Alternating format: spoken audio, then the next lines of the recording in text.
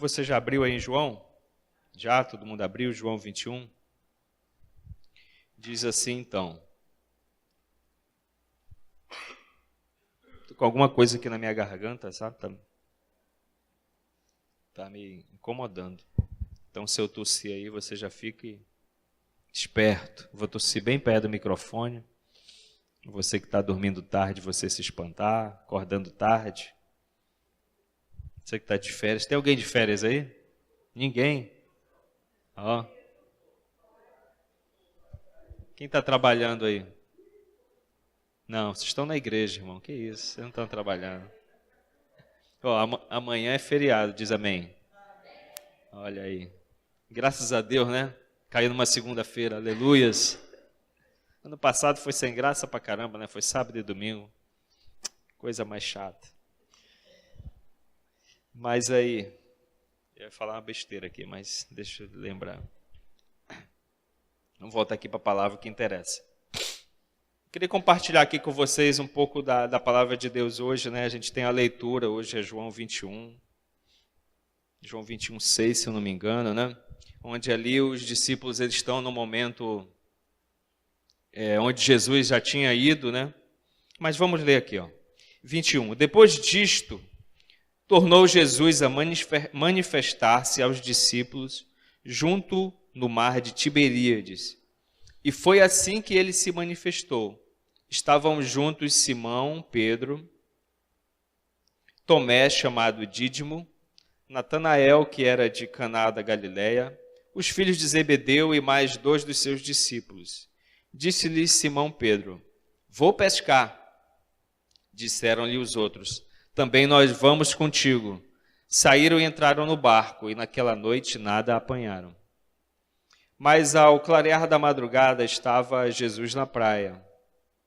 Todavia os discípulos não reconheceram que era ele. Perguntou-lhe Jesus: filhos, tendes alguma coisa de comer?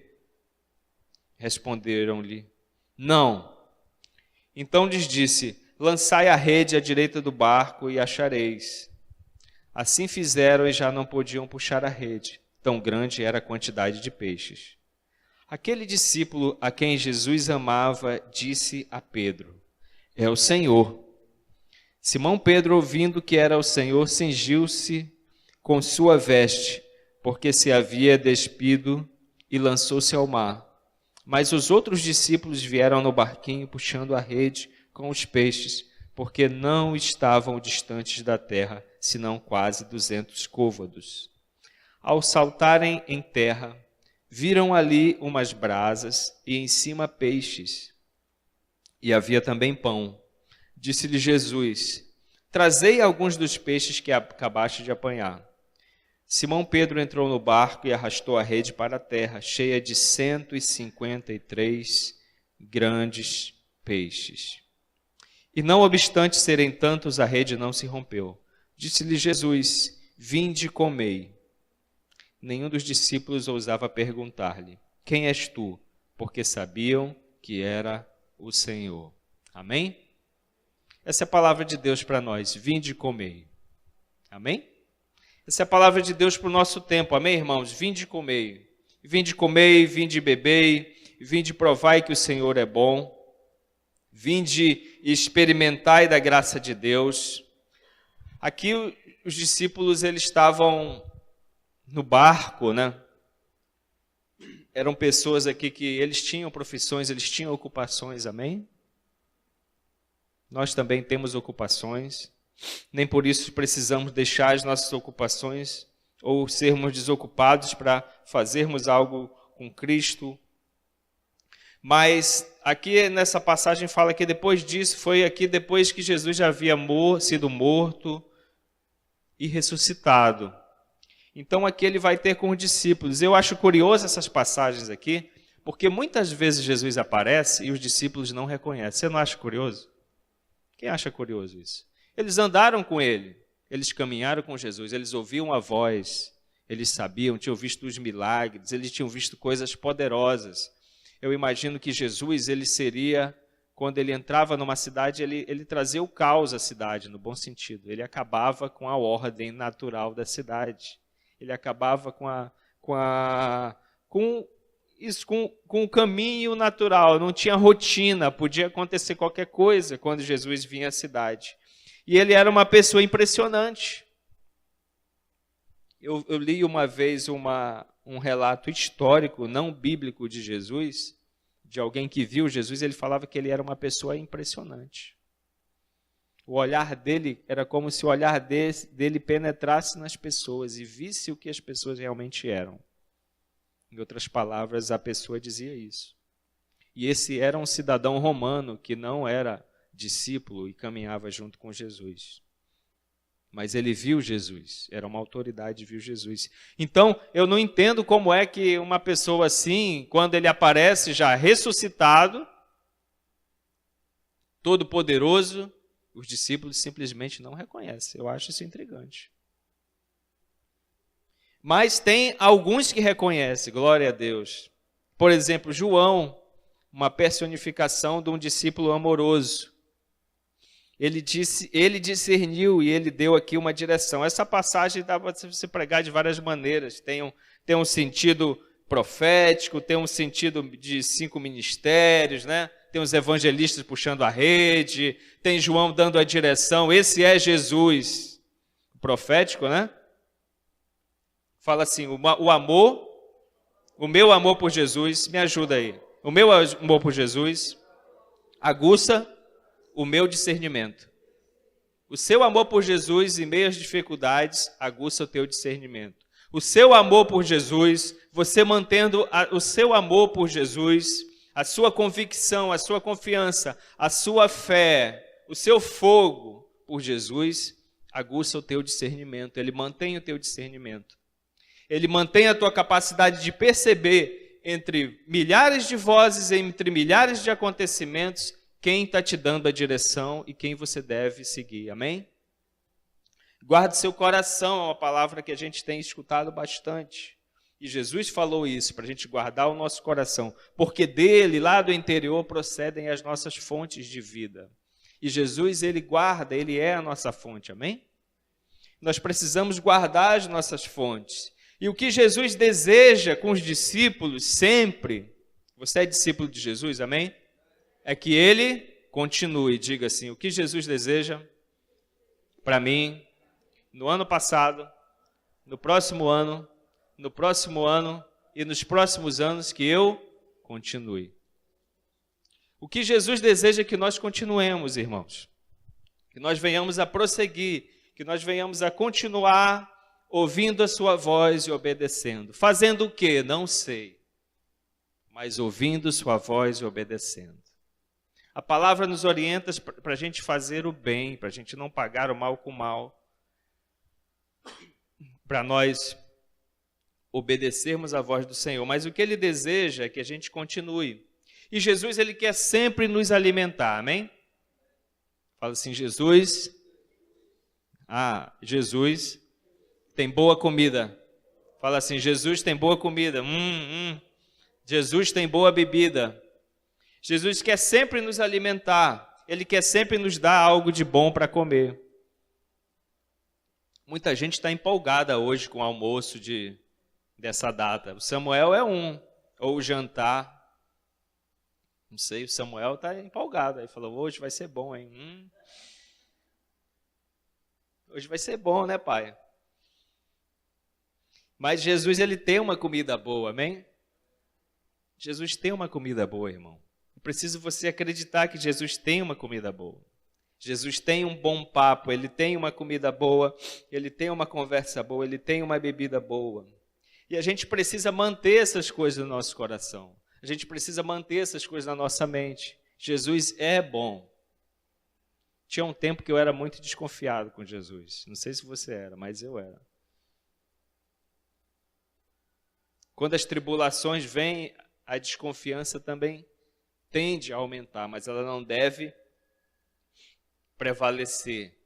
Mas tudo começa e termina com o nosso amor em Jesus. Amém? Tudo começou com o amor dele por nós.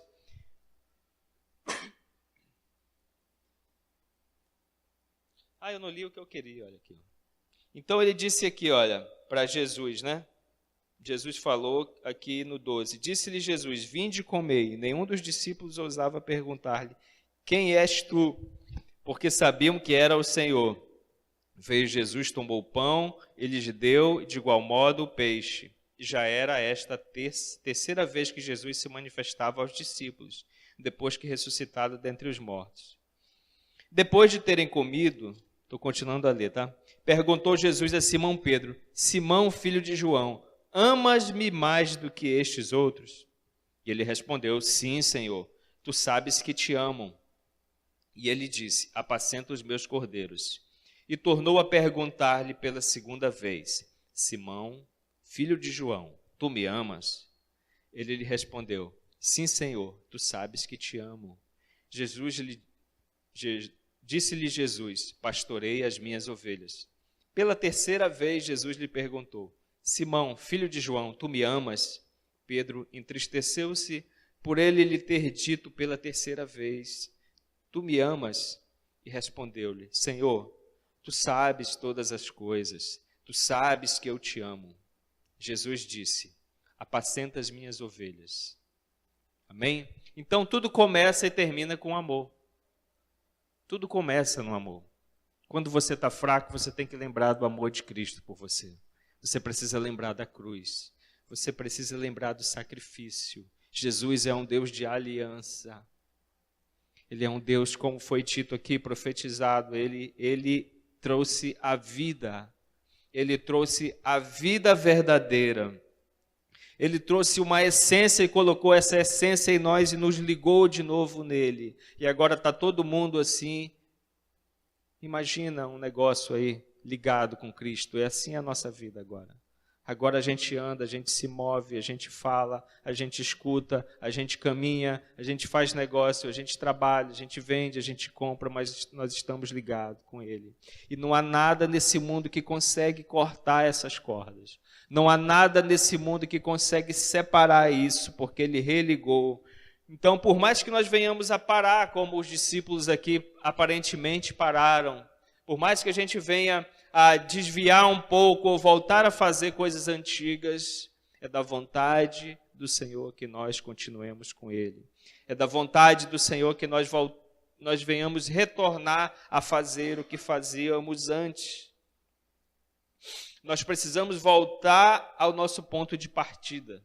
E o amor de Cristo por nós é o nosso ponto de partida.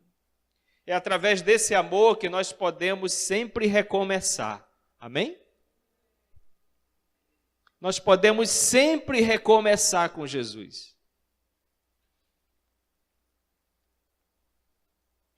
Nós podemos sempre ter um novo começo com Jesus. Tem uma canção que eu gosto de escutar, ela fala assim, nunca é tarde demais para descobrir o amor. E não tem a ver com estar dentro da igreja. Não tem a ver com o tempo que a gente conhece um pouco da palavra de Deus. Tem a ver com a nossa disposição de ir até Ele, de buscar o que Ele tem para nós. Tudo começa ou recomeça no amor de Cristo por nós, mas continua no amor que nós temos por Cristo. Amém? Se você tem amor por Cristo, você continua. Se você tem amor por Cristo, você não vai ficar parado. Amém?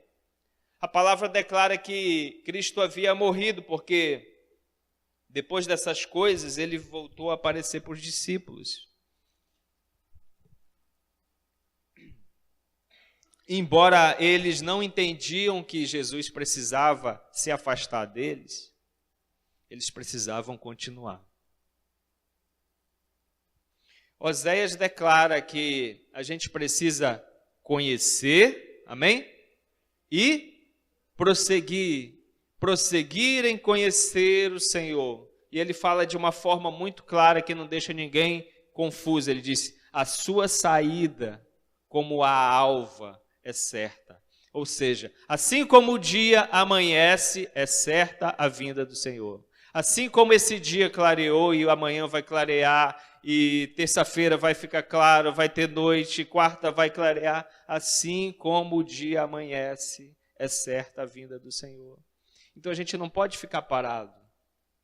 A gente não pode permanecer em coisas que nos distanciam do amor de Deus, que cauterizam a nossa mente, as nossas ideias a respeito de Cristo, as nossas ideias a respeito do mundo. A gente vive um tempo hoje de muita informação, de muita luta na mente, de muita palavra contrária, de muita palavra diferente do Evangelho, de muita coisa falsa, de muita coisa misturada, que parece que é verdade, mas não é verdade. No fim ela volta para o homem, mas não aponta para o Senhor. Então, Oséias fala que a gente precisa prosseguir em conhecer ao Senhor. Você e eu precisamos prosseguir. É no prosseguir que nós vamos conhecer. Não é no permanecer sentado em cima de uma experiência ou de um conhecimento. Não é isso que nos faz permanecer em Cristo. Não é sentar e conhecer algumas coisas. Não é ter um berço cristão. Não é ter uma origem familiar cristã. Isso ajuda. Isso é bom. Eu louvo a Deus pela vida do Samuel. Eu tenho felicidade em ver que o Samuel, hoje na idade dele, sabe muito mais de Bíblia do que eu sabia na idade dele. A Elisa falou que as crianças, e não é só ele, as crianças aqui, isso não é motivo de orgulho, mas a gente ter gratidão daquilo que o Senhor está fazendo. A Elisa falou na aula da reforma, as crianças mataram a pau. Fizeram uma prova oral com eles. Você pode falar sobre a reforma protestante aí em 5 minutos? Eu não quero constranger ninguém. Mas talvez aqui a gente se enrole para falar as coisas. E eles sabem já. São crianças de 11, de 10, de 12, de 8. De 8. Ah, mas isso é só conhecimento. É um conhecimento, mas é um conhecimento que está moldando a vida deles. É um conhecimento que mostra o que tem dentro deles. E eles não são simplesmente esponjinhas que está sendo derramado algo, mas eles questionam, eles perguntam, o que aconteceu com o Brasil nessa época? O que estava acontecendo com o Brasil aqui nesse momento? Então, uma das maneiras boas de se aprender na vida é ver o passado, olhar para o passado como uma fonte de experiências, e você pega e vê o que foi bom e o que foi ruim, e não repetir aquilo dali. Por isso que se estuda, esse seria o objetivo de estudar. E na nossa vida cristã, nesse ano que está encerrando, é bom a gente ver o que foi legal ano passado. Né? E procurar repetir ou mudar aquilo que não foi tão bom assim, né? Para a gente ter uma nova história. Mas o importante é a gente não ficar parado. E a gente não fica eu estou dizendo assim, ficar parado não significa necessariamente você ter que fazer muitas coisas. Mas a gente não ficar preso em coisas que não dão certo. Abrir um baú velho e pensar, poxa, naquela época eu era uma bênção. Naquela época eu fazia isso, eu era fervoroso. Naquela época, eu vou ver se eu escuto um louvor daquela época para ver se o negócio engrena de novo. Né? Para ver se o negócio ali, o gatilho dispara de novo. Você precisa prosseguir, amém? Você precisa prosseguir. Assim como os discípulos, em algum momento, é natural a gente se perder em algum momento. É natural a nossa bússola dar uma giradinha assim e você ficar, poxa, para onde eu vou agora? Mas você precisa prosseguir. Mesmo não sabendo ainda o que o mestre precisava fazer, os discípulos com certeza que eles esperavam outras coisas. Eles não esperavam que Jesus morresse e ressuscitasse e tivesse que ir embora e mandar o Espírito Santo, que eles nem sabiam o que era isso. Mas eles precisavam prosseguir. E o importante é que a gente precisa prosseguir para ouvir a voz do nosso mestre. Você precisa prosseguir no seu discernimento. Discernimento é uma palavra de ordem para nós cristãos hoje. Você precisa discernir, você precisa estar ligado, você precisa perceber. Você precisa perceber quais são as vozes que não são de Deus. Começar a ouvir mais a voz de Deus.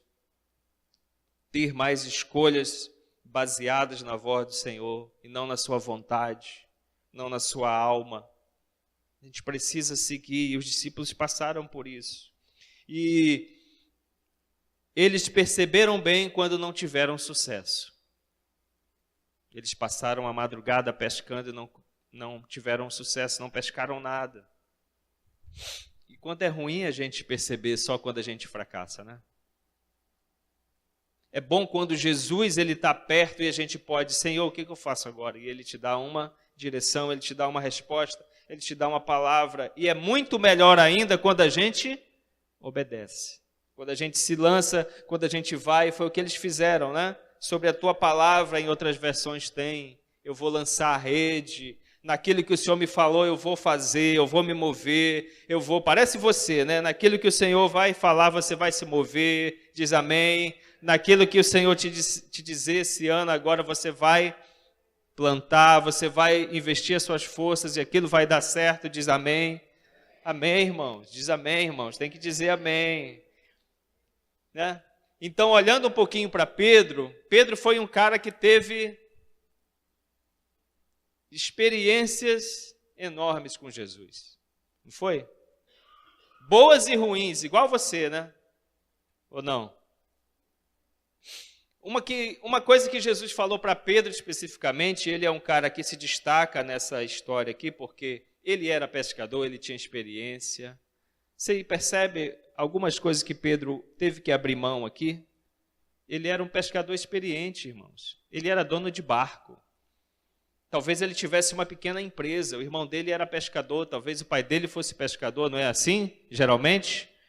Como é o pescador aí, né? Tem um pai, tem um avô, tem o barco, tem a arte de pesca, tem todos os instrumentos, tem todas as ferramentas e o conhecimento, né? Pescador conhece o mar, irmãos, amém? É impressionante, mas quem fica perto da natureza e quem mora conhece a natureza. Acho que eu já falei aqui, eu fui fazer um trabalho uma vez num lugar no interior do Pará. Não é mentira não, lá tinha uma maré de quase 6 metros de altura. Tem ainda, né? Não acabou. De quase 6 metros de altura. Entre maré baixa e maré alta, quase 6 metros. Acontece 2 vezes por dia. Essa maré vai e volta. Quem quer tomar banho lá, às vezes espera a maré chegar, para ele ir lá e mergulhar na água. Porque quando ela está baixa, ela fica longe pra caramba, às vezes mais de 1 quilômetro. Entre a baixa e a alta. A gente usava um sistema de previsão e sabia a hora que a maré estava alta e estava baixa. Isso para ir lá para a área, que eram uns 200, 300 quilômetros de Belém. Mas quando eu chegava lá, sabe com quem eu ia pegar informação? Com um pescadorzinho lá da região. Ele pegava assim, ele olhava não sei para onde, eu perguntava para ele assim, que horas vai ser a maré baixa amanhã? Ele olhava não sei para onde, ele fazia assim. Aí ele fazia assim, olha, hoje a maré baixa deu 5:30 da manhã. Aí eu falei, eu quero saber quando ela está baixa, baixinha, quando ela começa a virar já, que ela não para, né? Ela baixa, depois ela já vira. É igual um reloginho. Ela sobe, depois vira. Aí eu pegava para ele e falei, olha, eu quero saber quando ela está baixinha, aquele 0 lá. Aí ele falava, olha, hoje deu 5:30 da manhã. Aí ele olhava assim, ó. Amanhã pode vir aqui 5:45 da manhã, que ela vai estar baixinha. Só de viver aquilo ali, ele sabia. Então você presta atenção, o que Pedro sabia aqui? Ele passou a noite pescando. A madrugada pescando. E ele abriu mão do conhecimento dele, da experiência, de tudo que ele sabia e obedeceu ao Senhor. E ele se deu bem. Às vezes você vai precisar abrir mão de coisas que você sabe, de coisas que você conhece, de coisas que a circunstância te mostra que vai acontecer assim e se lançar em fé e acreditar. E você vai se dar bem em nome de Jesus, obedecendo a palavra do Senhor. Amém? Então, uma das coisas que Jesus falou para Pedro foi que ele faria ele pescador de homens. Ele já era pescador. Mas Jesus falou que ia fazer dele pescador de homens. Outra coisa que Jesus falou para ele antes, o que ele falou antes para ele? Antes dele falar que ele ia ser pescador de homens, ele falou, na Bíblia diz assim, ele diz, vinde após mim. Isso faz toda a diferença. A gente precisa ir após Jesus. Ou seja, Jesus vai na frente e você vai seguindo os passos. Jesus vai na frente e eu vou atrás de Jesus. Ele não disse que ele queria que Pedro fosse um grande pescador de homens e simplesmente fizesse tudo o que ele pudesse para ser um pescador de homens. Ele falou, vinde após mim. E quando nós vamos após Jesus, faz toda a diferença. A palavra declara que sem Jesus nada nós podemos fazer. Então, é Ele que nos faz. Diz aí para a pessoa que está do seu lado. É Jesus que faz você. Repete, é Jesus que faz você. Não é você que faz Jesus.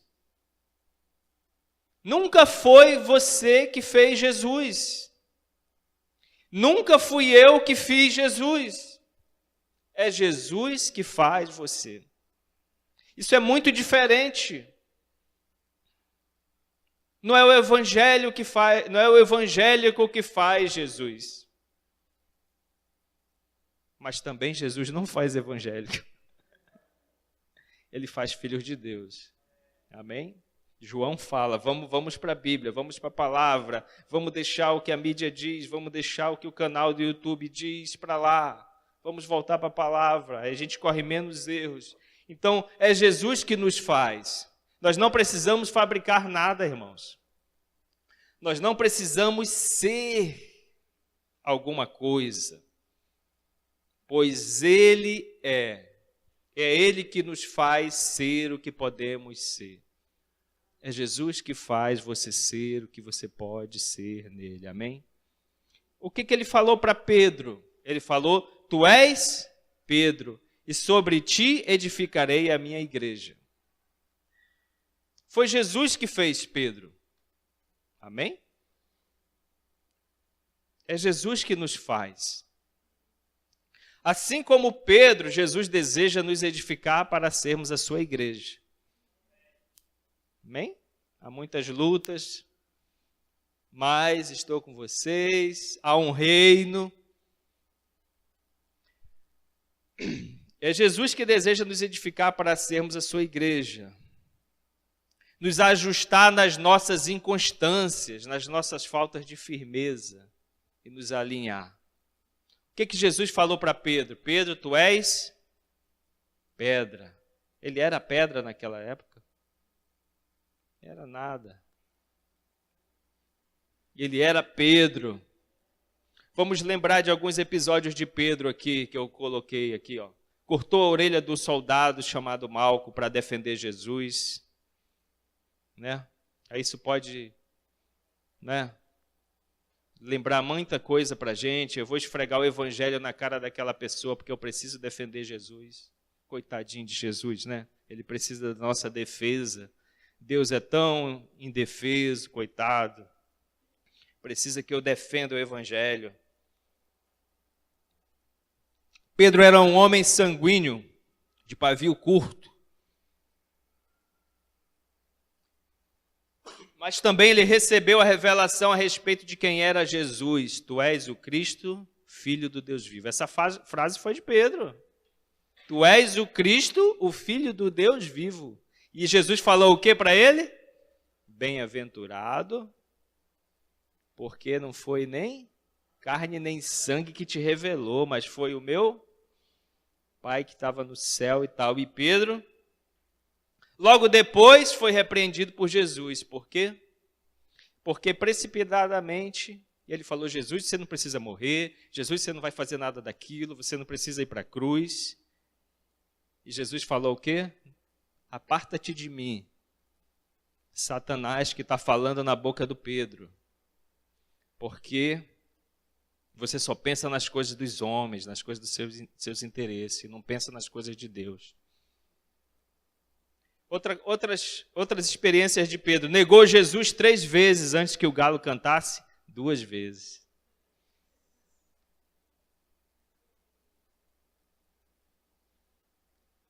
A Bíblia fala que Pedro passou a seguir Jesus de longe. Quando o negócio começou a apertar, quando a perseguição veio, quando ele se envolveu com os pensamentos dos homens, a Bíblia fala que que Pedro começou a seguir Jesus de longe. Como acontece com muita gente que vive uma vida de igreja, né? Às vezes segue Jesus de longe. No dia de Pentecostes, outra experiência de Pedro aqui, durante a sua explicação do ocorrido, porque Pedro não pregou, irmão, estava um negócio caótico lá. Ele começou a explicar, ele tentou dar uma organizada no que estava caótico ali. Aquela coisa louca de gente falando, bagunçando, devia ter gente gritando, chorando, babando. Como é que ele podia pregar ali? Mas a Bíblia fala que ocorreu a conversão de mais de 3.000 pessoas. Ele exerceu um papel fundamental no início da igreja primitiva. Fez grandes milagres. Pedro também, ele é autor daquela famosa frase que tem na Bíblia lá que você gosta muito. Não tenho prata nem ouro, mas o que eu tenho, isto te dou em nome de Jesus Cristo Nazareno. Levanta-te e anda. É de Pedro essa frase. Não é de Paulo, o nosso intelectual preferido. É de Pedro, o iletrado, o ignorante, o que dava trombada, o que arrebentava a porta, o que dava cotovelada, puxava espada. Jesus também tem um nome profético para você, amém? Para Pedro ele chamou de Kefa, né? Já viram no filme do Mel Gibson lá? Kefa. Que significa rocha ou pedra. Rocha ou pedra. Olha, naturalmente existem 3 grandes grupos de rocha. E dentro desses grupos existem vários tipos de rocha. Algumas aguentam muita pressão e condições adversas. Outras nem tanto. Falando de pedra, de rocha. Outras nem tanto. Mas sabe o que acontece com as rochas? Todas se modificam, todas se transformam. A nossa vida como cristão é assim. Né? A gente precisa se transformar.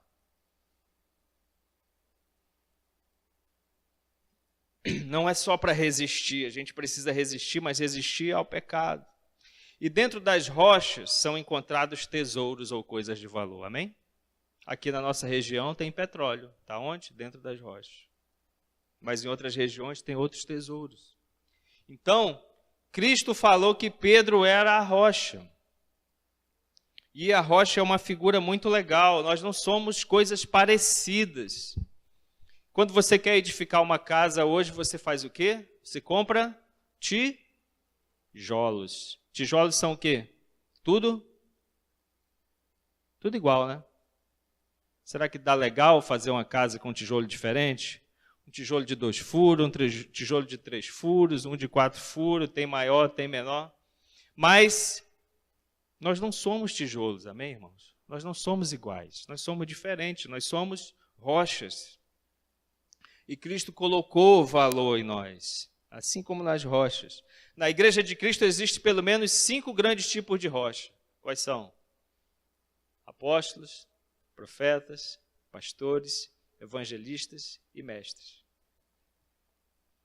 Para cada um determinado fim, para que algo aconteça, né? As rochas são para isso, para que aconteça algo, para que alguma coisa aconteça no meio do corpo de Cristo, para que alguma coisa mude, para que os santos sejam edificados, para que as pessoas sejam transformadas e sejam maduras.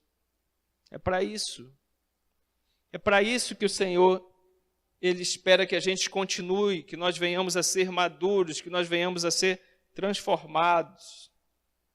E em cada um de nós, ou cada um desses ministérios, há dons, talentos, ferramentas, capacidades, ou seja, em cada uma desses ministérios, há valores que precisam acontecer nas nossas vidas.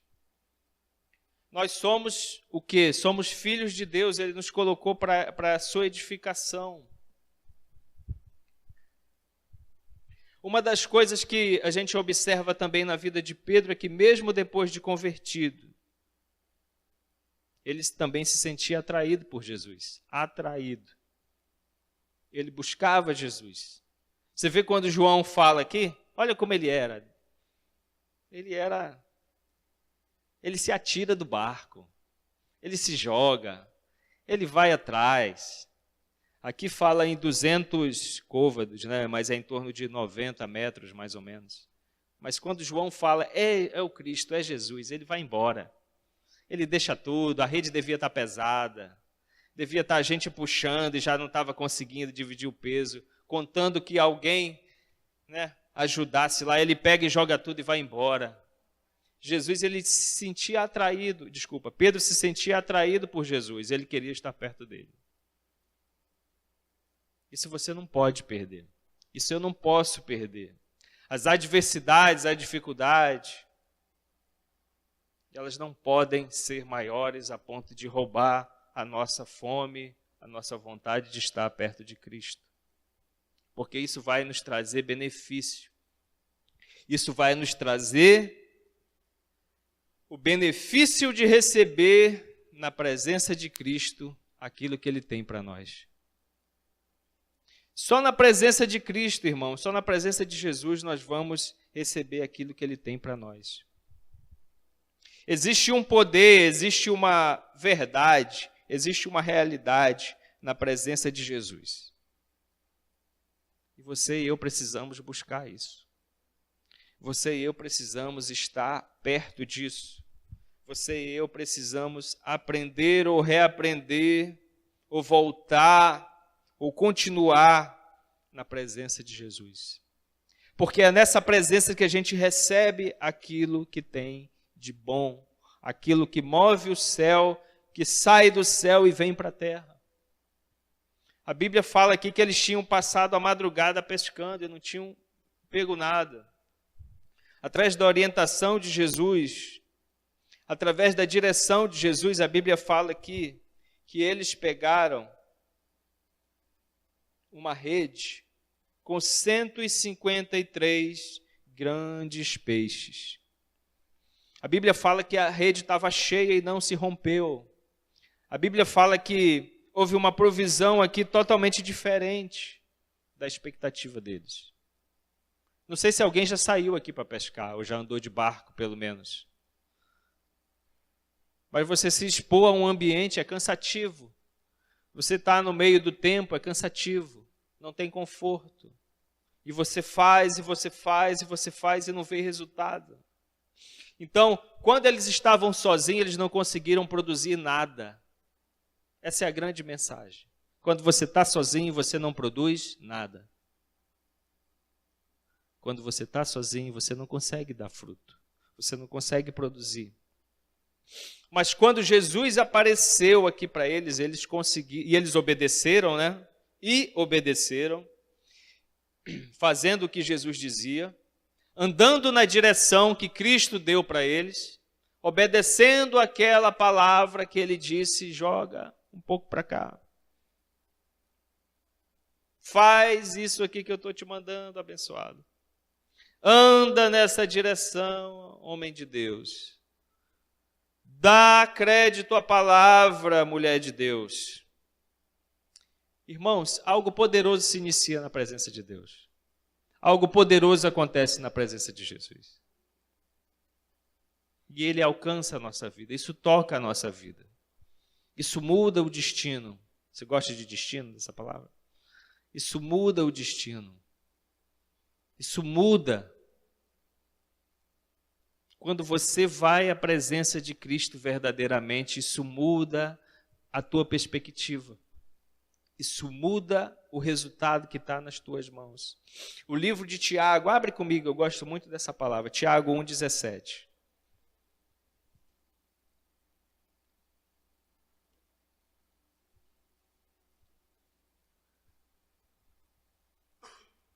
Gosto muito dessa palavra. Todo mundo achou aí? Tiago 1,17? Amém? Diz amém aí, quem achou. Amém, isso. Vai que falta pouco para você meter o pé aí. Cuidado aí com o almoço e com o jantar hoje. Diz aí, Tiago 1,17. Vamos lá, todo mundo junto. Toda boa dádiva e todo o dom perfeito vem do alto, descendo do Pai das luzes, em quem não há mudança nem sombra de variação. Cara, palavra maravilhosa. Toda boa dádiva. Todo dom perfeito. Vem de onde? Da tribulação, da angústia, do choro, da desobediência. Vem de onde? Vem do alto. Descendo do Pai das luzes. Bonita essa palavra, né? Tenha pessoas inspiradas por Deus aqui para escrever salmos assim, canções assim. Amém? Recebe aí. Pai das luzes, Pai de todos. Em que não há mudança nem sombra de variação. Pedro foi um homem simples, um homem do campo, um homem do mar, um homem da pesca. Ele era impulsivo, arredio certas horas, complicado, não sabia falar direito, mas ele também tinha capacidade. Repete assim comigo: eu tenho capacidade. Uma das coisas que Pedro sentia necessidade era de comunicar. Você vê naquela passagem ali de Pentecostes, ele tinha vontade de comunicar. E ele fala, parecia uma pessoa letrada, né? Irmãos, o que está acontecendo hoje? Isso está acontecendo, o que foi dito por intermédio do profeta Joel, que dizia: naqueles dias derramarei do meu espírito sobre toda a carne. Aí ele começa a discorrer, a falar, e ele explica. Mas ele também era vigoroso, ele persistia, ele ia, talvez pelo jeitão dele de dar trombada e não desistir. E ele tinha capacidade de liderança, e Deus usou ele naquele tempo, usou ele naquele momento. E Deus pode usar você, amém? Deus quer usar você. Ele quer te dar alimento e quer que você fique na presença dele. Te dá alimento e que você fique na presença. Te dá alimento e fique na presença. Te dá de comer, te dá de beber, te vestir, te amparar, te socorrer, te animar, te exortar, te dá palavra, te dá direção, te dá escape, abre porta. Deus, ele quer fazer isso conosco. Jesus, ele quer fazer isso conosco. Ele fez isso na história da Bíblia.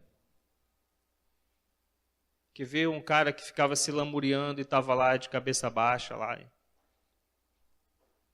Aí aparece o anjo para ele. O que foi, homem valoroso? Gideão, né?